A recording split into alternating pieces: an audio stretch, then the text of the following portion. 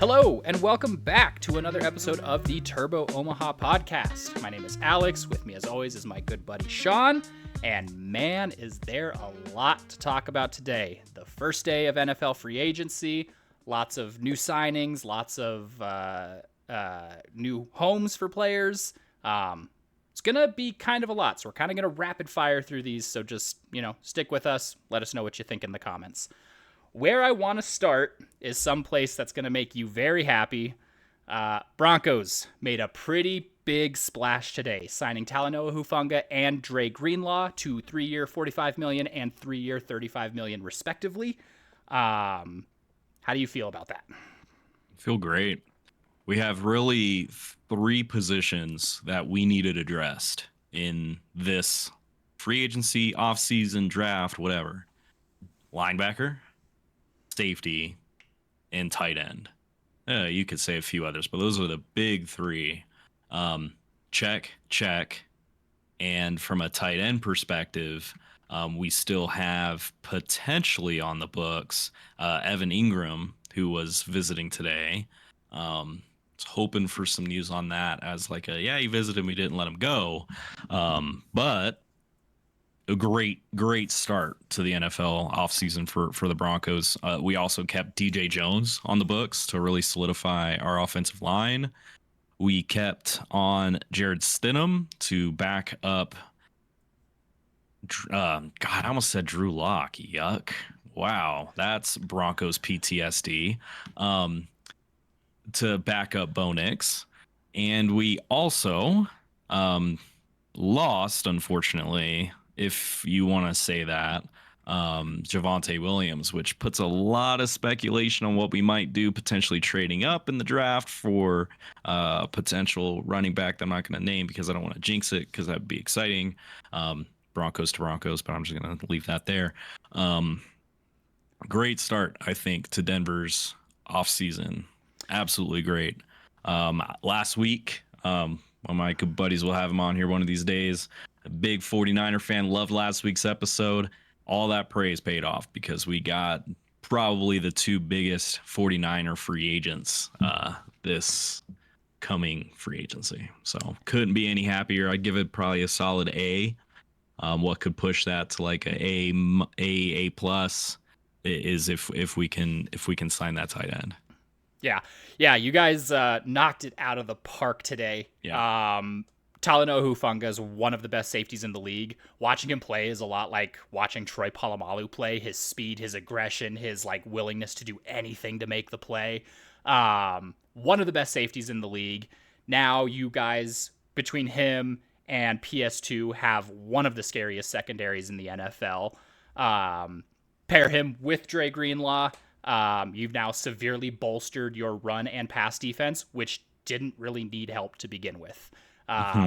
Denver's about to be a no-fly zone, I think. It's scary, and for the first time in 10 years, I think we have some competition in the AFC West.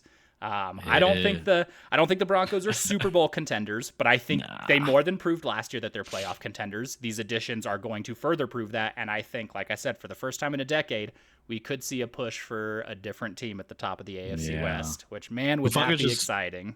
He just needs to stay healthy. His only time was 2022 when he played a full season, and he was an All-Pro. I think the year after he had either an ACL or he had some sort of leg injury. Yeah, and then last year, I think it was ACL. And then last year he had that wrist injury.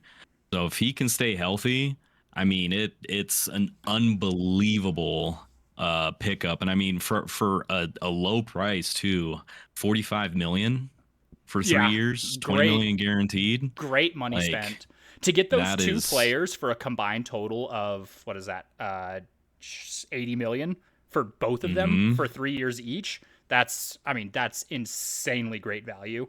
Yep. And, staying healthy is hard when you play like Hufanga does. I mean, like I said, that dude's speed and aggression to every single play, it's hard to stay healthy. But if he can stay healthy, like I said, Denver's about to be a no-fly zone, I think. And I know I'm gonna knock on wood when we to say go this. when we go to the Yeah. game, man, I mean, because that's the Bengals' whole persona, right? Is that air raid offense. So to come into a place that on paper is going to have the best secondary in the NFL, it's going to be sparks flying for sure. Yeah. Yeah, definitely day one biggest splash. Got to be Broncos and Bears. Bears made a lot of great moves today too. But moving on to the next, Devontae Adams going to the Rams. 2 years, $46 million. How you feel about that one? It would have been crazy if they weren't letting Cooper Cup walk.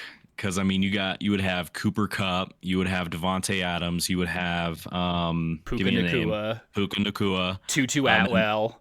Tutu Atwell. Like they would have like an insane offense, but they are letting Cooper Cup still walk. It seems like a bit of a high price for Devontae. He's kind of been hit or miss, I think. He has probably one of the biggest upsides, maybe potentially to Justin Jefferson and your boy.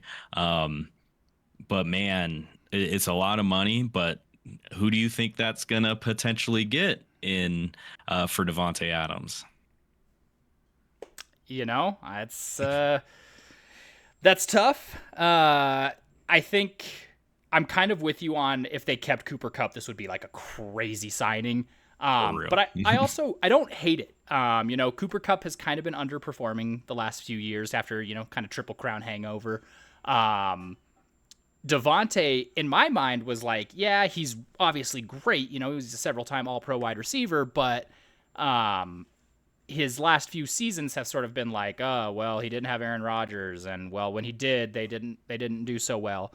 He still has 5 straight seasons of 1,000 reception yards or more. And in, I think it was 2019, he was 3 yards shy of 1,000, which would have given him 7 straight 1,000-yard seasons because he had 1,000 in 2018. So, I mean, he's essentially had 1,000 receiving yards in 7 years straight. That's consistency that's worth the money. He is entering his 11th season though. So it's going to be interesting to see. I think Matt Stafford throwing him the ball is going to be better than Rodgers, even though him and Rodgers always had that connection back in Green Bay. I think New York Aaron Rodgers and New York Devontae were not the same as they were in Green Bay. No. Matt Stafford kind of almost feels like Tom Brady in the sense that he just seems like he's getting fucking better every year. Every year Stafford's stats are going up. The team they always seem to be like, oh, they're Finding a way to win. They're 3-5. No way they're getting to the playoffs this year. And then all of a sudden the season ends and they're 10-7 and they won the division. It's like, how the fuck did that happen? So, yeah, I think this it is breaks kind down of too for the 2 seasons. So if you look at Cup, he was going to charge about 12 million and 14 million the way his contract was structured over the next 2 seasons with signing bonuses and everything. $8 million this season against the cap for Devontae Adams, and this is all estimated right now, but 8 million this year and only 18 million in 26. So it does. I mean, they're right around the same age, both 31. But actually, Devontae's 32, but Cooper Kupp's kind right of around the struggled same with age. injuries the last couple of seasons, though, hasn't he? And Devontae hasn't really. I don't recall any like significant injuries from Devontae that caused him to miss, a significant amount of time. So, Yeah, he didn't miss. Cooper Cup didn't miss any this year, but last year he missed 4 weeks for a hamstring. In 2022, missed 7 weeks with an ankle. In 2020, missed 2 weeks because of COVID. Who didn't? And then Yeah. 2018, he tore his ACL. And I can't recall. I think you're right. In one season in 2021, he missed Devontae Adams. Can you guess what he had where he missed a week? Was it COVID? COVID. Yeah. So So you do get a much healthier player in Devontae Adams. You get a much cheaper cap hit where you can make some potential other moves or prepare for the future because who knows how long the rest of the team has to stay healthy and how long Matt Stafford has if you're trying to add somebody else later on and potentially keep Devontae. So I think it's a win overall for the Rams for sure. And I can't disagree with you in terms of the Rams always find some way to be relevant in That's weeks 12 through 17. I don't get it, but yeah, I think Devontae Nakua, and Atwell. I think that's going to be a pretty significant receiving core for them. And I don't think we'll see that early season sort of shaking off the rust. I think they're going to come out the gates strong just to start. And they have Tyler Higbee too. Yeah, another great Yeah. receiver. So next, pretty big one. Sam Darnold with the Seahawks, 3 years, $100.5 million. I know you think that was a pretty steep overpayment, but in terms of the original projections that were talked about a couple weeks ago, he was looking for about $40 million a year. They're getting him for closer to $33 million a year, which is still a lot for someone like Sam Darnold, but a little bit cheaper than I think most people were thinking he was going to go for. Weird that they would spend the money to get him right after letting go of all of the pieces that could have possibly helped him. Metcalf gone, Lockett gone. It's. I know they still have their running back. I think his name's Kenneth Walker the third. He's kind of a stud, but that's not going to help Darnold much in the air game. So it'll be interesting to see what they do, maybe trying to go after some veteran free agents or maybe kind of aim for a receiver in the draft or something like that. But yeah, weird to sign him to such a big, and I mean, 3 years, granted they can, cut him or whatever at any time, but a 3-year, $100 million contract seems weird to me immediately after getting rid of all of the offensive weapons you had. Couldn't be a bigger waste of money. My God, for everything you said, who's he going to throw it to? DK gone, like you said. Kenneth Walker gone. Or no, Kenneth Walker's still there. Tyler Lockett gone, excuse me. He has Noah Fant, the last remaining piece from the Russell Wilson debacle from Denver. Jackson Smith and Jigma. Okay, Smith and Jigma's great. There. Yeah, he's good. He's great. He did lead the team in receptions, but again, it's the whole how much less attention did he get from defensive coordination or top corners because of DK? Yeah. I mean, he had 137 or 100 receptions versus DK's 66.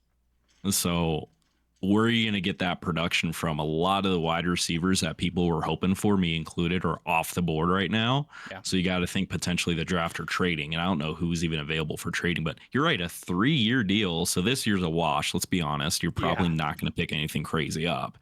Now you only got 2 years left with a significant contract. He's going to struggle. Yeah, I was shocked when I saw that come through. A 3-year, $100 million deal. Nuts. It does seem pretty crazy, especially for someone like Sam Darnold. We've talked about him a ton on this show so far, whether or not his breakout season was really just him breaking out or if he was a right piece in Kevin O'Connell's system. I think, obviously that's to be determined. We have no idea. He might go out there and sling. Maybe he'll have a fucking Joe Burrow season where he goes out there and fucking slings and they still finish, 7-9 because there's no one else on their team to fucking help him. It's a possibility. Yeah. I wouldn't call it likely, but it's still a chance, So only time will tell. Just a wild amount of money, man. And that 3 years, it's just a weird like time duration. I don't know. Yeah, for someone like Sam Darnold, you would expect a 1, maybe 2-year deal. You wouldn't expect any team to bet on him for longer than 2 years, especially like you said, at that price. $100.5 million is a steep price tag for someone who's had 1 good season and 6 really terrible seasons. So I guess think they'd be rebuilding. I mean, they get rid of their top 2 offensive weapons. They get rid of oh geez, I'm drawing a blank. Geno. They get rid of Geno, so it's like, all right, maybe they're trying to play a little bit, maybe rebuild style, play with the pieces they have, but then they drop $100 million for a quarterback with nothing to play with. Yeah. So it'll be interesting. Their top cap hit was $21 million, about 8% of their cap. So it'll be interesting once the cap settles and it actually unveils how much of an impact Sam Darnold's going to have and how much money they have left to play with for him. Yeah. So waste of money, in my opinion. I gotta say, I'm feeling like a stud for calling the Seahawks demise last week, man. I just thought like, the Geno Smith to Tyler Lockett connection. Everyone's waiting for that. I just was saying that because they were talking about potentially moving on from Metcalf. So to have now officially moved on from Metcalf, also Geno for some reason, and Lockett, I'm feeling like a stud right now. And what's funny? You know who I talked to? Blake. What's that? No way. He is in shambles right now. He is poor dude is in the dirt. He's struggling right now. But Mm, he countered it pretty well by saying, "Imagine being a Bengals fan." And I said, "Yeah, no, you're right, totally true." So, yeah. next up for discussion, one that I think is really interesting. Justin Fields to the Jets, 2 years, 40 million. I think that's a great price tag for him. I think 20 million a year is what teams should have been aiming for to pay Darnold, not 33 million a year. But Mm. 2 years, 40 million. A lot like Sam Darnold, Fields had a pretty good season last season when he played, but how much of that was him finally coming into his own versus him being a good fit in Pittsburgh's system? One thing that I think will go well for him is Garrett Wilson was his primary target at Ohio State when they played college ball together. So there's that sort of connection there that already pre-exists. Maybe they pick up and they have a good spark right off the gates. Jets have a lot of work to do on both sides of the ball. I don't know. This isn't, they're like, I don't think Jets fans are rallying right now like, we did it, we found our savior. I think this is just sort of a bridge piece that if the experiment goes well, they'll keep him longer. If it doesn't, then, they didn't waste too much time or money. So, I mean, Garrett Wilson's always been talking about uh, a trade, right? yeah, So does this potentially make him want to stay? I don't maybe. know. I think Um, that would, to me at least, give him like, okay, this is like a 1 year. Like, I'll stay. If me and Justin still have that connection and we pop off, we win a couple more games, then maybe I'll stick around. If it's, we're still like a falling flat prove on it our, deal. yeah, exactly. If we're still falling Yeah. flat on our face, I'm out. So maybe this buys them one more year with him. But if Yeah. not, yeah, I think he'll want out pretty quick if this Yeah. season ends the same way the last several seasons have. Well, it's interesting. 'Cause in 2022, a Buckeyes representative asked him about linking up with Justin Fields, and he said, "end quote." And you don't know how much this is just like PR prep, but he said, "If that would happen, that'd be awesome. I haven't really thought about it where I'd be playing. Anywhere would be a blessing. Definitely a link back up with Justin at the NFL level would be a dream come true for sure." I mean, So Justin Fields played phenomenally in college, and it's kind of the Ohio State quarterback dilemma. They are some of the best quarterbacks in college. They get into the NFL, they struggle really hard. Some of them will stand tall, like C.J. Stroud. I believe he was an Ohio State quarterback. He came out slinging, but yeah, there's a long list of Ohio State quarterbacks who are phenomenal in college and then did not transfer as well to the NFL level. So yeah. yeah, like you were saying, I think Fields to Wilson could definitely be interesting, but Yeah. that's And another let's one be of honest, those. he deserved to stay the quarterback of the Steelers last season because he Yeah, was playing damn well. But yeah. for whatever reason, they decided to go Russell Wilson's route, and we all know how that ended. So Well, I mean, to their credit, Russell Wilson came out his first games absolutely slinging, went 6-0, had great passing stats. It really looked like the Broncos were the issue, and then the last 3 games and playoffs was like, oh, there he is. So that's why. Hmm. Yeah, yeah. next on the list, one that I know bummed you out because he was one of your top free agents, Charvarius Ward going to the Colts, 3 years, $60 million. He was ranked 6th overall in the list of 150 top free agents and ranked the #1 cornerback free agent. So pretty huge landing for the Colts, a team who desperately needed their secondary worked on. So this is one of those, you know, he's not going to be the solution. He's not going to be the answer, but he's going to be a huge key piece.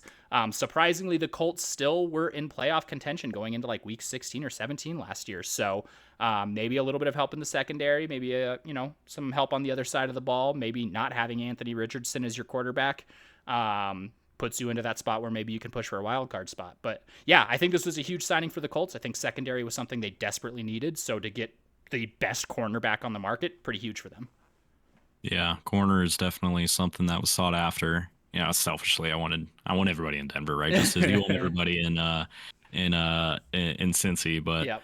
yeah, huge pickup. And then it's also interesting on the note of corners is I think it's geez, where did he go? I'm gonna draw a blank on that. Maybe cut that out. Okay. Who's, there was some dude I sent you that had like the craziest he had the biggest cornerback contract. It wasn't him, was it? The guy that went to the Colts. We've sent so much. My brain is becoming Dude, a fucking it's been a wild day. It's been that's dude why I for said, is this real. what Schefter feels like? Like I feel like I'm just fucking on the horn all day. It's another one that I said waste of money. All right, anyway. Um, 3, 2, 1. No, I certainly agree. The pieces for the Colts are going to help. They are right with the three of us, the Colts, the Bengals, the Broncos, fighting for that playoff spot. So to bolster their secondary, add that additional makeover is going to be nothing but good for them. So Yeah. Yeah, I definitely agree with that. Good signing by the Colts. Not the team I would have expected him to go to. I would have figured he would have gone to a little no, bit more of like a contender. But like I said, I think last week, I think a lot of these guys like thinking like I could be the piece that helps elevate them to the next level, and he is good enough to do that in the secondary. So, yeah, yeah, good signing for the Colts. And one that when I initially took the notes was not official, but has now since become official. Najee Harris to the Chargers. 1 year, $9 million. I don't think anyone is going to put Najee Harris in the elite running back category. But he's the kind of guy that every single time you give him the ball, he's going to get 3 or 4 yards. I think his career average carry is like 3.4 or something like that. So, I mean, really low. But if you want a power back who will put their head down and get you 3 or 4 yards every time you give him the ball, Najee Harris is that guy. So, I think that's good. I don't remember who their running back was last year. It was J.K. Dobbins, wasn't it? I J.K. think. Dobbins Yeah, and from Gus the Edwards. Ravens. Hmm. Yeah, I know they're moving on from Gus Edwards. I haven't heard any news on J.K. Dobbins yet, so maybe Najee Harris takes running back one and kind of splits reps with J.K. Dobbins. That could be good. I think they were still kind of trying to fill the hole that Austin Eckler left. So I think Najee Harris is a good replacement in a different sense. Like I said, Eckler's very flashy, very, hit a juke, break for 20 yards. Najee Harris is very much head down, pick up 3 or 4 yards. And there's Yeah, a lot of pros and cons to both style of play. So, yeah, yeah, I think this could be a good one for them. I'm glad to not have him in the AFC North anymore because, man, was it annoying just watching them fucking hand the ball off to him 27 times a game. And it was like 3 yards, first down, 4 yards, 3 yards, first down. That's fucking annoying. So, yeah. Thanks for giving that over to me. I Justin Herbert needs a run game to be successful. Jim Harbaugh needs a run game to be successful. J.K. Dobbins played 13 games. Gus Edwards played 11. So the uh, both running backs the Chargers had some injury issues, and when they had the injury issues was when that offense struggled the most. But yeah, I don't like seeing stuff come to my division unless it's in blue and orange. I'm sure we're going to get to all the Steelers moves because they've made some splashes that are going to get on your nerves. But yeah, good for them. But the Chargers are still going to charger. That's all I'm going to say. yeah, it's tough. And I'll circle back around to the Broncos real quick because all of the moves they made so far today were on the defensive side of the ball. Yeah, You would, maybe want to see them go for a little more offense to help their young quarterback. But like you said, I'm not a Broncos fan, so I don't care if I jinx it. But thanks. uh, uh, Ashton Genty, where he is projected to go in the draft, could fall far enough where the Broncos don't even have to trade up for him. The Broncos could just get him. I know that a lot of the Cowboys people were eyeballing him, but to sign Javonte Williams just today, granted it was only to a 1 year deal, but I don't think they're going to go after Ashton Genty. I think, like I said, Ashton Genty is kind of projected as like a mid first round right now. They've got him falling somewhere from like 16 to 19, which is right where the Broncos are at. So maybe they don't really have to trade much. Maybe they trade up one spot or two spots, or if they're lucky, they don't have to trade up at all, and he falls to them. And I think Ashton Genty with Bo Nix, and if you guys can make any other solid, sort of wide receiver, tight end moves, y'all could be scary. Y'all could be Yeah, I scary. mean, we have to get Evan Ingram for this to work because there's a lot of solid, and I'm not going to know names. I can only think of the teams, but I think it's Texas that has a solid tight end that's projected in the first round. I could be way off with that. I know we're going to talk draft in a few weeks, and we'll do some more digging on that, but it's weird the draft projections, right? Like I've seen some where he's top 10. seen somewhere they do give him to Denver. So Yeah. I don't know. I don't want to jinx draft stuff. I do believe in that for whatever dumb reason. Although I did predict Bo Nix from like mid-season last year that he was going to come to Denver, and it worked. So maybe I'm not jinxing it. I'd love Genty in Denver. Um, that's all I'm going to say because Okay. I want to speak it too much. So Let's be real though. You called Bo Nix coming to Denver, and you were fucking pissed. yeah, it So was. you were not happy about it, and look where it landed you. Well, I So got Sean Payton because everybody was trying to talk Denver and JJ McCarthy and all that stuff. So I was listening to the fake stuff that Sean Payton was putting out to throw people off. And I was like, oh, cool. We might get this guy that Sean Payton really wants. Meanwhile, it was Bo Nix he wanted the whole time. So yes, I was mad. But that's also the just Bronco fan in me that, man, here comes another quarterback. I don't care if it's John Elway Jr. If he comes out, it's going to be like, ugh, here we yeah. go in Denver again because the last 8 quarterbacks we've drafted have been doo-doo dog water. So, yeah. Well, moving on, we've got a lot of re-signing and extensions, and a lot of players making some history money-wise, starting with Saquon. Well-deserved extension for Saquon, 2 years, $41.2 million, making him the highest-paid running back in NFL history. It sucks that as a running back, you have to have what is arguably the greatest rushing season in NFL history to get paid like that. The running back market is so bad. But even Saquon himself said, hopefully this is the catalyst to these other teams paying running backs like they should. It's hard to say because, you look at someone like Saquon who had a 2,000-yard season, was a humongous piece in the fact that the Eagles won the Super Bowl. And, running backs are obviously important and they are a necessity to the game, but I don't know how many running backs in the league are putting up that level of production and are that important to their team. So, Or teams that are scheming for it, man, because we've talked in the last couple episodes about mobile quarterbacks being the future. If you have a mobile quarterback and a running back like a Saquon Barkley that can also be a difference maker in the run game, and you can have that dual dynamic, like, more teams have to look at the Eagles, have to look at Baltimore and say, we need to mirror that a little bit if we have a mobile style quarterback. So I think the scheme helped Saquon immensely in Philadelphia. I mean, apparent by his stats and compared to anything he did in New York. But I think when you invest more in a run game with a Christian McCaffrey, with a, whatever name you want to use, insert for our top running backs, that's what's going to make them want to get paid. But it's so much, many teams, your team included, my team as of last year included, are just pass.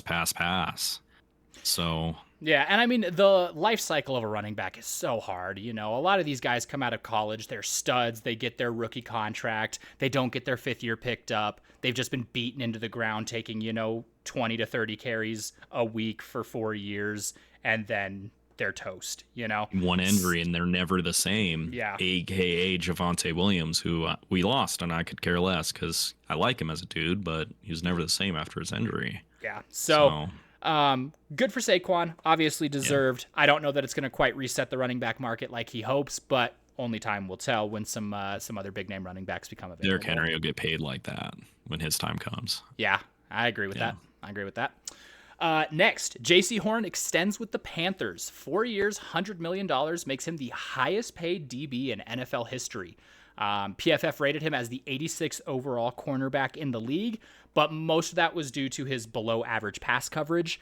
As far as pass rush and run defense goes, he ranked 8th and 13th respectively. I don't think stats like that, I'm not, the fucking talking heads, in the front office or anything like that. But to me, stats like that don't quite qualify you to be the highest paid defensive back in NFL history. But he has been a very, very key piece to their defense. And I think keeping him around was a good thing for them. I don't know, at that price tag, it was quite worth it. But yeah, a good key piece to keep. I guess. Thank God Denver paid PS2 last season. So this was, I know we'll cut it out, but I was talking about like a corner. I couldn't remember the name.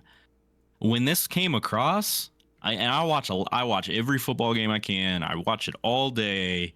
I watch a lot of football. I thought, who? Jace Horn? Yeah. 100 million? Yeah. JC 70 Horn. million guaranteed? Yeah.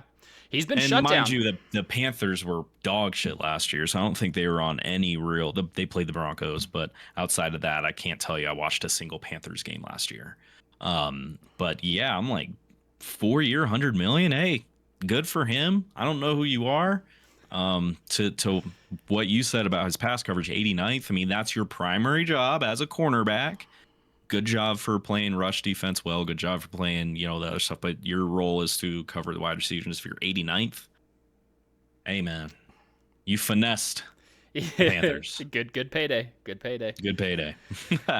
Speaking of good payday, 4 years, $160 million, $123.5 million of it guaranteed, making him the highest paid non-quarterback player in NFL history. Miles Garrett staying with the Browns. Shocking. It kind of is actually. Yeah. That's crazy. So much for like, oh, I want to go to a contender. You don't go from Cleveland to Canton, this, that, and the other. I think though, $40 million a year will make anybody stay, even if it's in Cleveland. You see that check and you go, oh man, like, What's how do you say crazy no to is that? last week, right before all this kicked off, there was a report that Miles Garrett wanted to talk to the owner.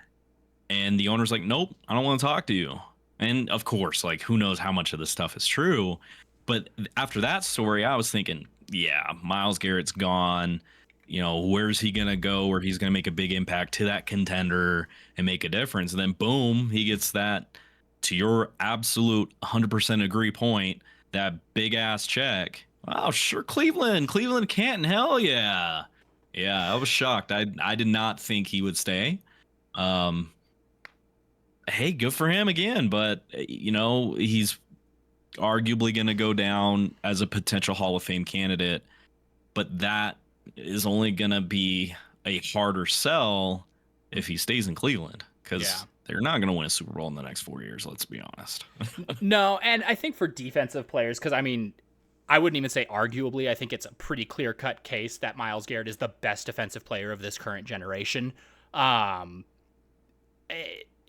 For defenders, it's much more stat-based. Quarterbacks and things like that, you've got to win awards and you got to win, Super Bowls to be, in the talks for Hall of Fame. But defensive players mostly just need stats, and Miles Garrett can rack that up all day no matter where he's at. So I'm surprised that teams didn't make a bigger push. I know the Browns said that they weren't willing to trade him, but I'm sure if they had an offer come across the table that was worth it, they would have listened.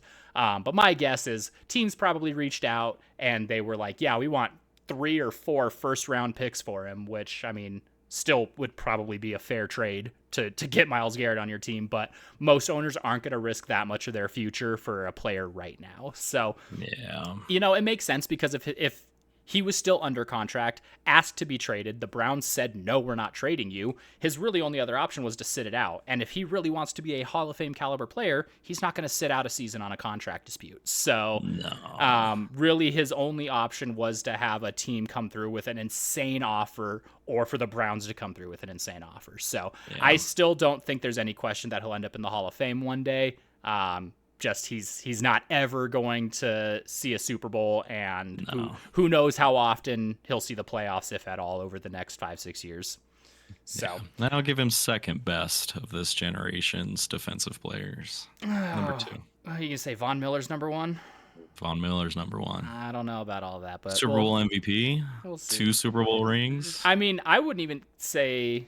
He had Super Bowl MVP before Miles Garrett was even drafted. So that's a different generation of players, if you ask me.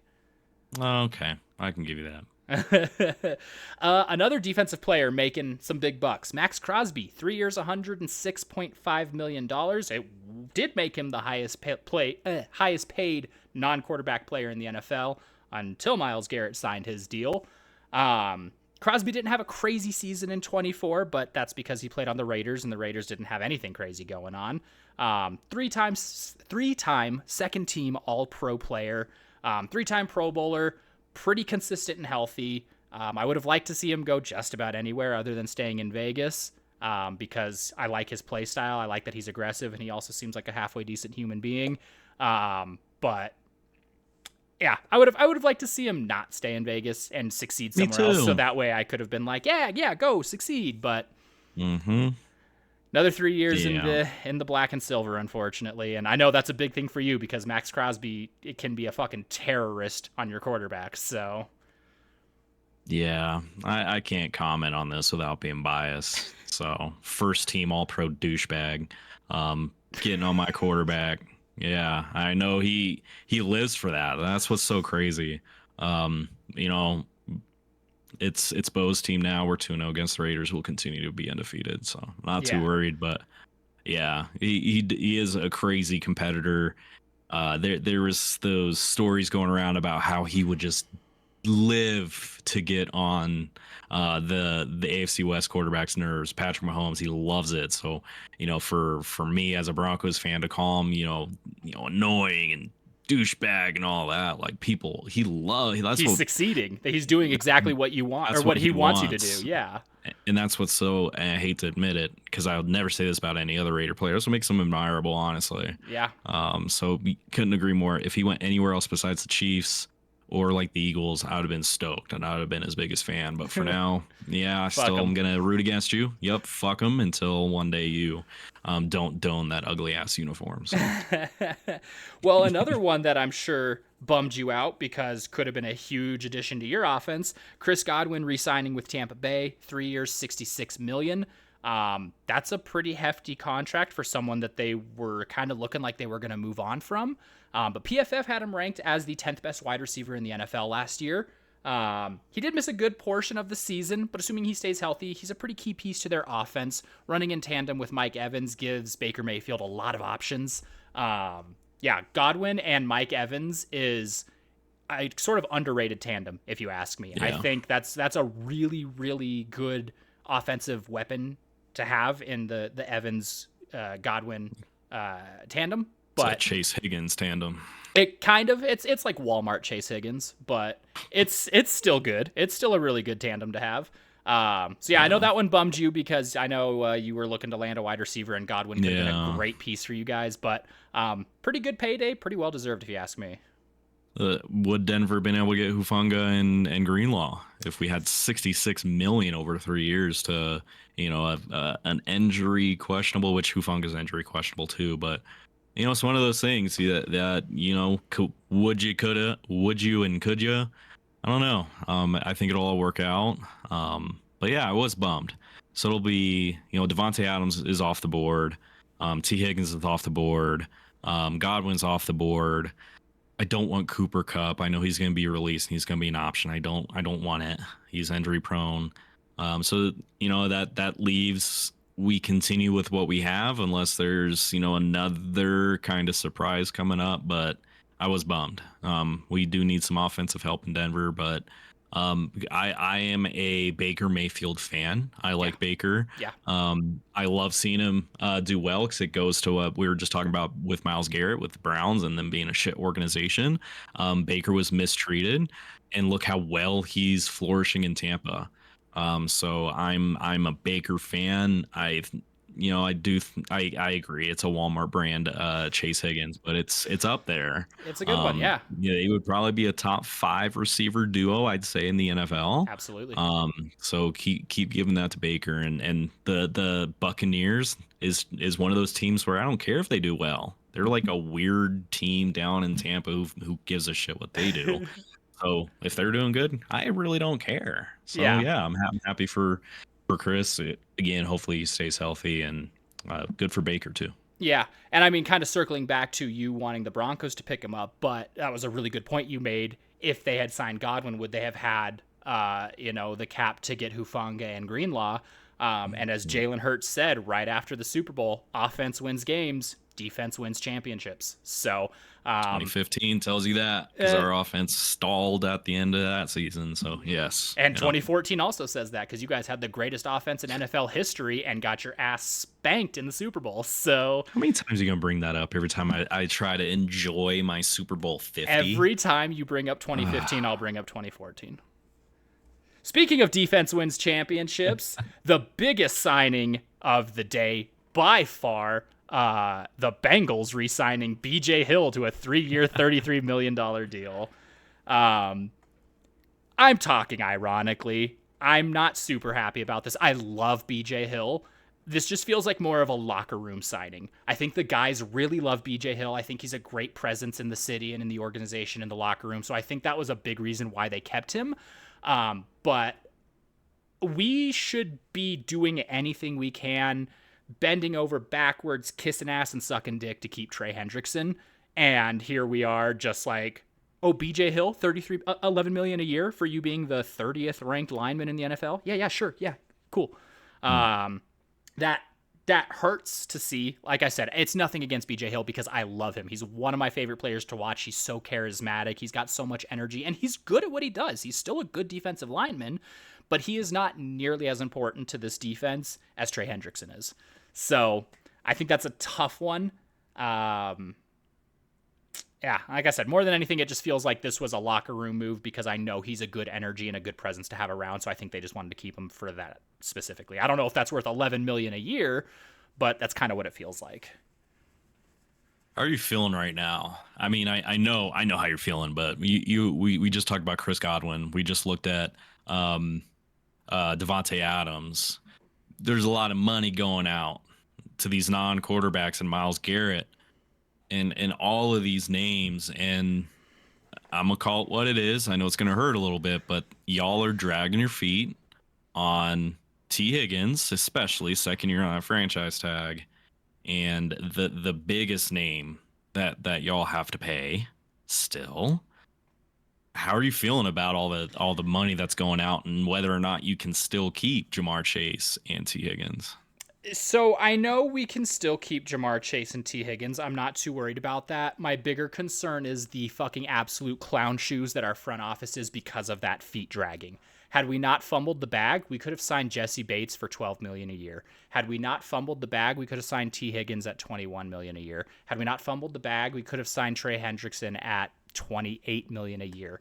Had we not fumbled the bag, we could have signed Jamar at 30 something million a year. Had we decided to work out a contract extension with him last year like he was asking, and then he goes out and has a fucking triple crown season and now is, from the front office, they're saying they're going to make him the highest non-quarterback player in NFL history. The fact that they do it time and time again and it gets thrown back at them every single time is like, when are you ever going to learn your fucking lesson? Like, this is 4 years in a row you've dragged your feet on a player that you could have signed for less money, and then they have a phenomenal season under franchise tag, or you don't want to talk contract extensions because it's not that time, and then they go out and win the Triple Crown. And yeah, it's just, this whole front office is, man, they gotta fucking, we need to sell the team or something. I don't know at this point what the fucking deal is, but if we were even a mediocre front office, we would be Super Bowl contenders every year because we would be keeping these key pieces on offense and defense and knowing, what players to cut, what players to keep, where to invest, things like that. And this foot dragging bullshit has what's kept us in fucking purgatory. So it's Love a your bummer. optimism about being able to keep them, man, because I can't see it. So of course there's always a talk about X restructures, Y restructures, but as of today, between the contracts that are in place today between T, Jamar, and Joe, that's already 34% of your cap. Assuming that T or Jamar gets non-quarterback money, that's probably going to put around the 40 to 46 million a year, which as of right now, that's what Joe gets per year. So that's 32% just between Joe and Jamar. No restructuring, no T Higgins. Yeah, I think we're going to see some restructuring. I think T. Higgins has gone on to say so many times, I will take less money. I don't care. I just want to be in Cincinnati. So if that still holds true, I mean, at this point, if I were him, I would have a fucking vendetta and I would be I know, demanding more dude. money. But if that still holds true, he's willing to take an organization friendly deal. Joe Burrow's willing to, work out some stuff in his contract, maybe push off some money, however they want to restructure it. Jamar Chase can get his bag because it's very, very deserved. And then, that leaves us still 60% of our cap from this moment on to work on our fledgling defense. So I think there's still a lot that can happen. I think best case scenario, Burrow restructures, Jamar gets the bag, Higgins takes a team friendly deal, everything works out. You made a good. Realistically, I oh, was go, just gonna say you made a good point, man, about how it. At what point is the straw gonna break the camel's back? yeah, Second straight year, T's on a franchise tag. Like, man, that's what? brutal. T. Higgins' mom So is going on Twitter just blasting the Bengals, which I'm like, fuck yeah, fucking, it's yeah, ridiculous. it's a double-edged sword for you though, because you want him to get paid, but at the same time, all this talk is that going to get in his head to say, yeah, fuck these guys. Yeah. Let me Well, let me and I go mean, somewhere that appreciates me. again, we could have signed him last year. So instead now he's on a franchise tag, and if we don't work out a long-term extension, he's getting paid I think 26 million this year. Had we worked out a long-term deal with him last year, we could have signed him at 18, 19 million a year. And now we're Yep. paying him 26 million a year on a tag, which if we don't work out a long-term deal is going to be more money, and if we do work out a long-term deal is going to be a lot more than the 18 to 19 million a year that he was projected to sign for. So I mean yeah, it's just It's going to fucking be interesting, man. I love your optimism. Just looking at the numbers, man. it's And I get like all this freaking restructuring and moving this money here and there and clearing things. It's way above our pay grades. So hopefully that works out for y'all. But man, I agree with you because you said it too. If I'm T Higgins, fuck these guys, pay me. Yep. Yep. When you're a Bengals fan, all you have is optimism. That's all you can have because the alternative is so dark and depressing. So, Yeah, dude, it's uh, tough. last one for the re-signing, and the only reason I bring it up is because I feel like a pretty smart guy. Nick Bolton re-signs with the Chiefs. 3 years, $45 million. He was one of my honorable mentions in the first episode. I said if the Chiefs were smart, they would do whatever they can to keep him, and they did. Obviously, you're not going to be able to keep every superstar that you get every year, in the draft, or you trade for someone, or you pull up some guy from the practice squad who happens to be a fucking demon. You're not going to get to keep all of those guys every year, but Nick Bolton was a pretty huge piece of their defense, so to do what they needed to do to keep him was smart of them. Smart guy, but also a hex. Because you also said Xavier Worthy was gonna be a standout guy, but Breakout player. there's Well, there's some potential charges that were dismissed, but who knows? Trends with those type of situations.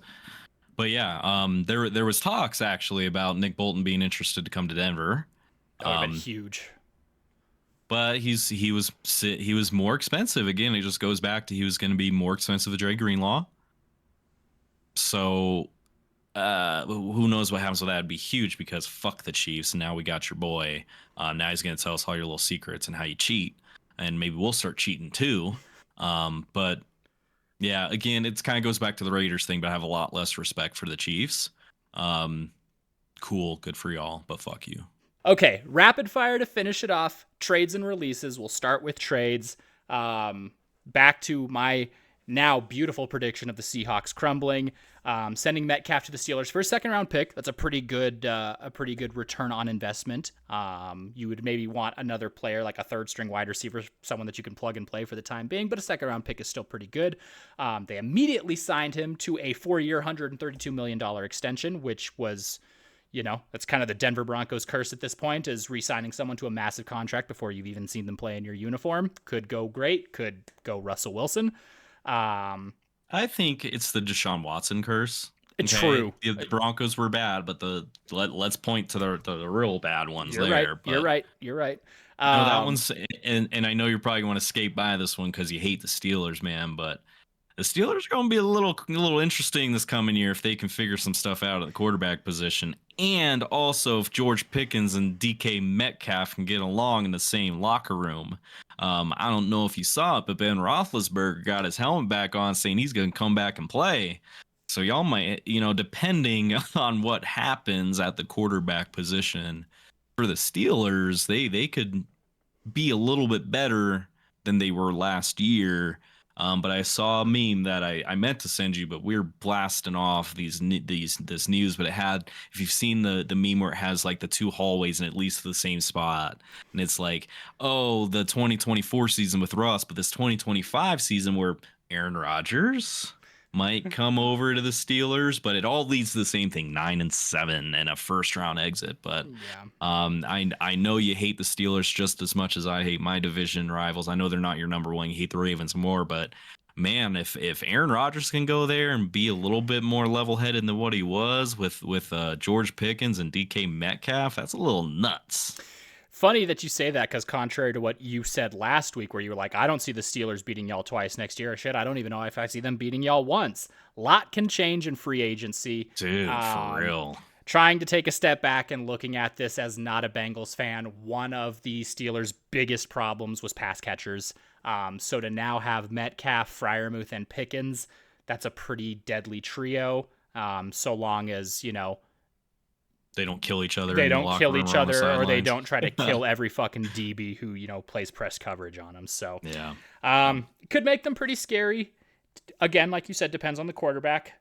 It sounds like Aaron Rodgers is closer to signing with Pittsburgh than I would like, but again, this is the Pittsburgh syndrome. Sign some aging quarterback, try to get a year or two out of him, make it to the playoffs, lose in the first round. It's a never-ending cycle for Steelers fans, and honestly, they might have it worse than us. So, yeah. Well, they've won a Super Bowl. Chiefs trade Joe Tooney to the Bears for a 4th-round pick. I think that's the Bears, man, are going wild in terms of their trenches right now. I think 3 offensive linemen they got? 3 offensive linemen, and they stuck true to their word. Front office said our number one priority is working on our offensive line to protect Caleb Williams, and they did exactly that on the very first day of free agency. And even stemming back to this trade was before free agency. So Joe Tooney, who has been a phenomenal offensive lineman for the Chiefs, getting him for what feels like pennies on the dollar, a 4th-round pick for someone like Joe Tooney. Granted, he's getting a little bit older, but those offensive linemen are guys that, you see play until 34, 35, 36, and they're still fucking elite at those ages. So huge pickup for them. Huge loss for the Chiefs, too. Huge loss for the Chiefs. Honestly. And yeah, I respect the Bears front office to come out and say our number one priority is fixing our offensive line, and then they did exactly that. They didn't Jerry Jones it by saying, "Oh, we're all in," and then do nothing. They said they were going to fix their line, and they immediately did with some great options. So yeah, I don't think neither of us said the Bears were going to be the next up and coming, but both of us gave some credit to what the Bears did on the coaching side. Yeah. But the Bears are also doing stuff at the owner level of bringing the right pieces in. Yeah. So it's going to be interesting. Again, you made a great point about what I said about the Steelers not beating y'all. They might beat you twice now if they get Aaron Rodgers potentially. Yeah. The same now for the Bears. I mean, man, could you imagine the line solidifies after a few games? They get some rhythm. They get their calls together. Justin Fields kind of matures a little bit because I don't think he's as mature as Caleb Williams. Who'd I say? Justin Fields. Oh, geez. Wow. Couple years behind. Yeah. Wow. You had Bears PTSD, and you're not even a Bears fan. Dude, for real. But man, they could be, Caleb Williams is not as mature as Bo Nix or Jaden Daniels. If he could settle in a little bit and have a better season, a little less crazy of a season because he had a coach fired and had no time, he might get more time and he has a better coach. Yeah. So that's going to be interesting next year for sure. Bears did, of course, bias. Broncos had the best so far. But Bears, I think, are up there as maybe the top 5 teams so far in the things that they needed and what they actually added. So yeah, when we were talking about the Broncos earlier, I said that them and the Bears were probably the 2 biggest splashes so far just on day one. And I'm definitely going to stand by that. I don't know that one's quite better than the other, but both teams addressed needs and went for the top players for those needs. And you can't ask for much more out of your organization. So big, going to support win. Your friend and let the people know Denver did the best. I will give them a leg up simply because I love watching Talanoa Hufanga. Like I said, because he reminds me so much of Troy Polamalu, who I hated for playing on the Steelers, but growing up in Southern California and watching him play for USC was like, as a kid, you were just like starstruck at how he played. He was so phenomenal. So he's one of those situations that he could have played anywhere in the NFL. I'm always going to love Troy Polamalu just because of my association to USC. but I'll give the Broncos a leg up simply because I like Hufanga so much. So The Troy Polamalu spent his entire career in Pittsburgh, right? whole career, I think 10 years. Yep. So it was tough to watch him wreck us, but like every time he would make, a fucking crazy diving one-handed interception 1 inch from the ground, I'm like, that's my dog. Or guess the snap and jump. I'll never forget that play. That play was awesome. Jump the snap and just get the quarterbacks crazy. That's my boy. I love Troy Polamalu. So last one on the trades, Geno Smith to the Raiders for a third round. Again, I just feel like a fucking genius for predicting the Seahawks collapse. I didn't think it was going to be to this magnitude, but man, is it going to be rough.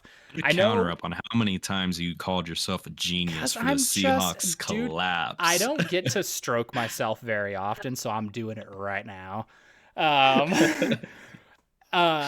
I know the Raiders were looking for sort of a bridge piece, just like they have at head coach getting Pete Carroll in there.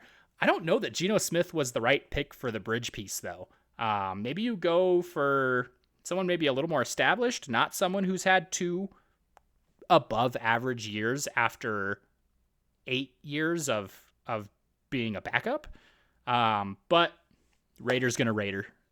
This is by far one of the most Raiders moves I've ever seen. Like, oh yeah, let's get Geno Smith in here. I mean, if you wanted Geno Smith to be your quarterback, you could have just fucking kept Gardner Minshew and probably would have gotten roughly the same production.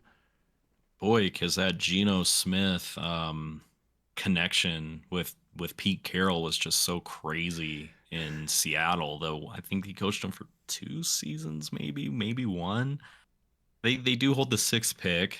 I mean, maybe they're assuming they can get a solid quarterback, maybe, and maybe Geno it's one of those Brett Favre, Aaron Rodgers. Which, let's be clear, there's no Aaron Rodgers in this draft, and Geno Smith is not Brett Favre. But are they looking for some sort of, let's not make our fans hate us more than they already do and get a quarterback that might win a couple more games than Gardner Minshew could, while we bring somebody young to learn and get the organization back excited again? Raiders gonna Raider, man. They already moved to Vegas because they thought that was gonna be the big thing and spent billions of dollars on that stadium, which I do want to visit one day. And I will wear this, and I will probably get stabbed, but it will be worth it. Yeah, I was gonna say that's rough. I can't put words to why, but again, I'll take it. We got a pain in the ass in the Chargers with Najee Harris now. Patrick Booty Cheeks Mahomes is always going to be around and cheating his way to wins and getting a weird blocked field goal against us to win a game, and he's gonna run around like a jet like he did any fucking thing. So to have the Raiders in our division, who absolutely blow, and it's 2 free wins a year, I'll take it. Yep.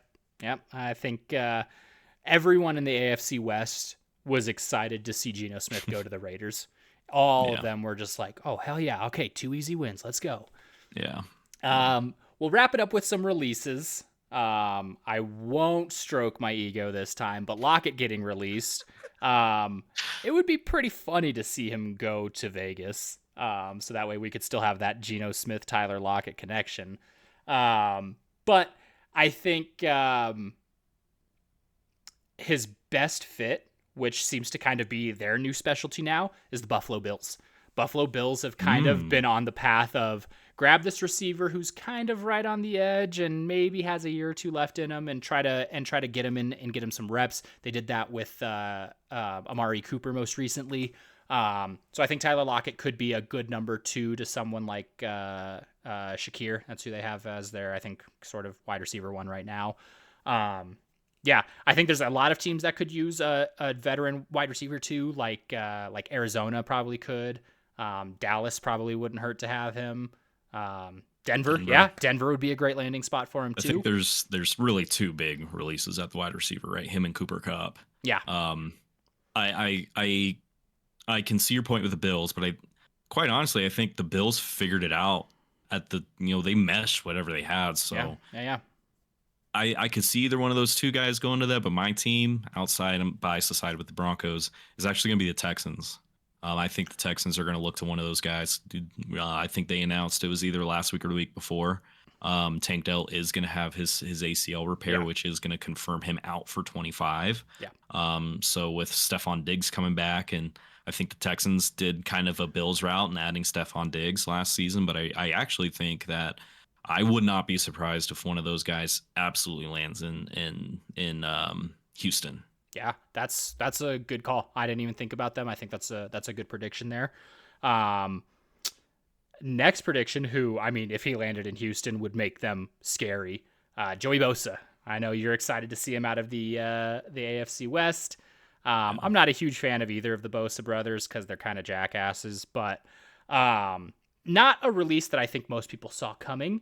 I think just about any team in the NFL could use a defensive end with Bosa's capabilities.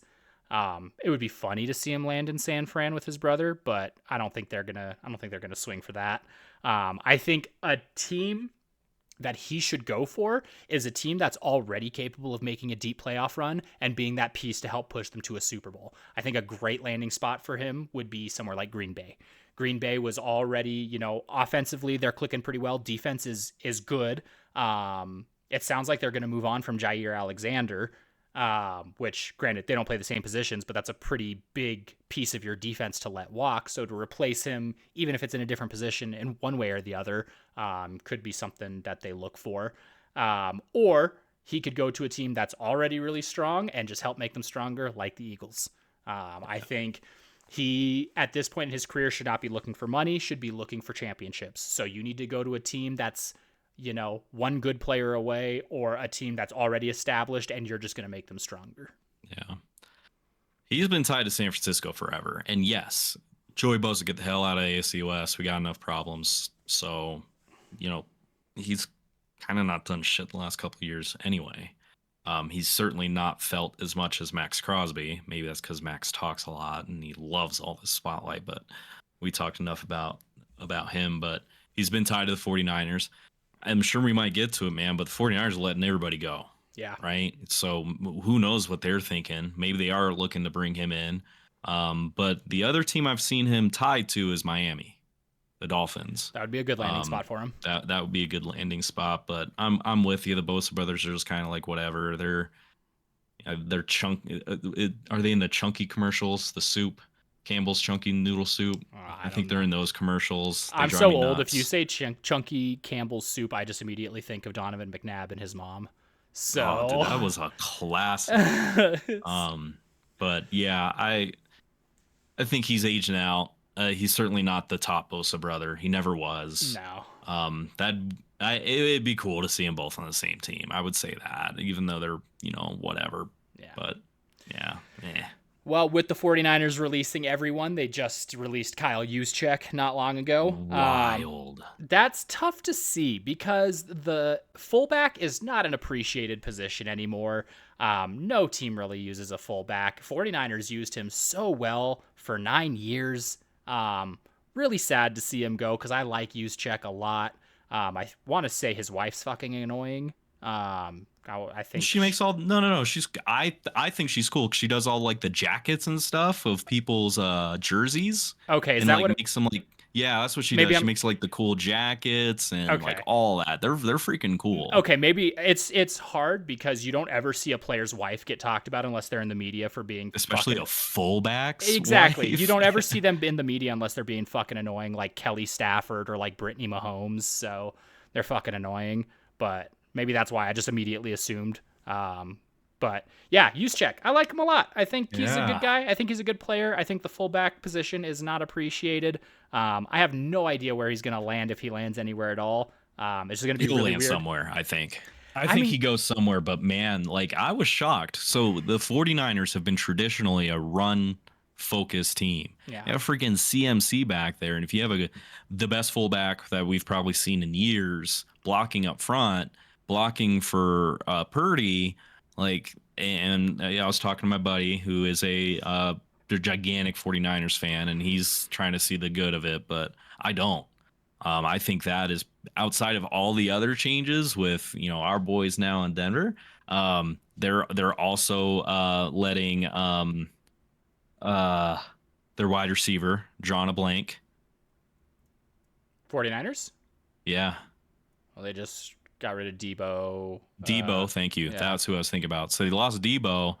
I mean, I think that is going to be potentially the biggest hit to that team because Purdy had a great connection with Juszczyk. He's a great blocker for that dynamic run scheme, the Shanahan style offense. Hall of Fame for Mike Shanahan. Um, but that I think is going to be the biggest hit that they take. And I know in last week's episode, I had them higher up. I'm interested to see what they do with all the money they're saving and what type of changes they're going to make because it's been nothing but just drops, man. It's yeah, crazy. yeah. I think regardless of where he goes, it's going to be really weird to not see him in the crimson and gold. Um, Yeah. so this just kind of becomes synonymous with him. We'll Maybe he wrap. goes to Philly. Oh God, I hope not. Like that would be an insane addition. Maybe he goes to Baltimore. I know you're gonna hope against that too, but Oh, I think he's gonna fit in a scheme that's really run heavy. So my prediction would be one of those two teams. I think he would love to be in another competitive position. Fullback position can't live forever. I don't think he has a ton of time left. So if he goes into one of those, even the fucking Chiefs, I could see him going there too, potentially. One of those kind of plug and play teams. But if I could predict it, I could really see him in Baltimore. God, Um, I didn't even think about that until you said it. Imagine having him as an option to pass, run, or block for Lamar and Derrick Henry. I'm not even going to go any further into this. Fuck you. We're going to wrap it up with the very last one, and it's one I know you're excited for. Bills release Von Miller. We've talked about it a lot of times on this podcast so far, and it just makes sense. Go back to Denver, sign your 1-year deal, play 25% of the snaps, retire a Bronco, call it a career, end where you started. Obviously, you're not going to be the piece that makes them Super Bowl contenders, but you could be a very, very wise leader in that locker room, especially for a lot of these young guys and especially for a lot of these new defenders that are coming in. Show them the ropes, get them where they need to be, play your part where they want you to, retire a Bronco, and you're probably off to a Hall of Fame. Probably. I still put probably. Guaranteed. He's one of, I think, like 10% of the Super Bowl MVPs that have been a defensive player. He's a first ballot Hall of Famer, aside from his off the field issues. He's a first ballot Hall of Famer, guaranteed. I'll put my bank account on that. But it's interesting, man. As much as, and I will absolutely 100% still take him. But some of the big Bronco news outlets are kind of saying, well, we have a, and this is them. This is not Sean talking, but they have Jonathan Cooper, Nick Bonito. They have their rotation behind them with Jonah Ellis and DeAndre Tillman that have been kind of rotating in. So could he really fit there? The answer is yes. It's all these Bronco outlets that are saying they can't. We would love him. We would welcome him with open arms. And does he have gas in the tank? And is he? I don't want to say marketable enough because his resume is, but it was kind of an experiment in Buffalo that didn't go the way that he would have hoped. But this dude has 2 Super Bowl rings. He's an impact player, even at 25% of the plays. I can't with any sort of bias predict anywhere else where he can make that level of impact. I do think I'm with you. A 1-year deal in Denver. He's turning 36 next month, or excuse me, later this month. Let's get him in 1 year. Let's let him ride off in the sunset. Yeah. Yeah. I mean, like you said, how much gas does he have left in the tank? I think he's got enough to be a rotational piece for one more season. Don't be money hungry. Grab a 1-year, $9 million Veteran deal. minimum. Yeah. Mhm. Yeah. Get yourself a nice little paycheck. Retire a Bronco like you said you wanted to. Ride off into the sunset. He wants to live here like Peyton and does, and Chris Harris and all the other Bronco greats he's been alongside of. We could bring him in as a coach, man. Like Yeah. He'd be a hell of a linebacker coach. He's one of those guys that, aside from his off the field issues, that he will be royalty in Denver, just as Joe Burrow will always be royalty as long as he stays in Cincinnati. John Elway is always royalty here. Peyton Manning's always royalty here. He has that option here. Yeah. If he goes somewhere weird, like I don't know, like I couldn't even like the fucking Eagles. Like, no, man, Yeah, tarnish your that just wouldn't legacy. feel right. I don't know. I 100% either he comes to Denver on a 1 year deal, or I think he retires and he Yeah, signs a 1 dayer with Denver yeah, if we aren't willing to add him to the 52-man roster. yeah. Well, I think that just about does it for us on time. Next week, there's no real plan, but I gotta assume there's going to be some more news to talk about. We're still in the infantile stages of free agency trades, especially with draft day coming up. Who knows what sort of trades we're going to see? So there'll always be more to talk about, but we'll figure it out when that time comes. Yeah, Other I than think some that, exciting things we can you can look forward to is draft. We're yep, gonna have a couple of episodes for you. Kind of looking at the draft from two idiots that don't know much about the draft. we'll brush up. Um, we'll brush up, then we'll talk to you a little bit about after the draft. We'll do a special episode after that. But I think some things we can maybe think about are predictions for our team. Let's look at our schedules once they actually release. Win loss. What's gonna happen? Yeah, yeah, I Um, like that. We'll delve into I that. think those can be some fun episodes. So Hell yeah. Well, other than that, let's get on out of here. yeah, man. Peace. See y'all.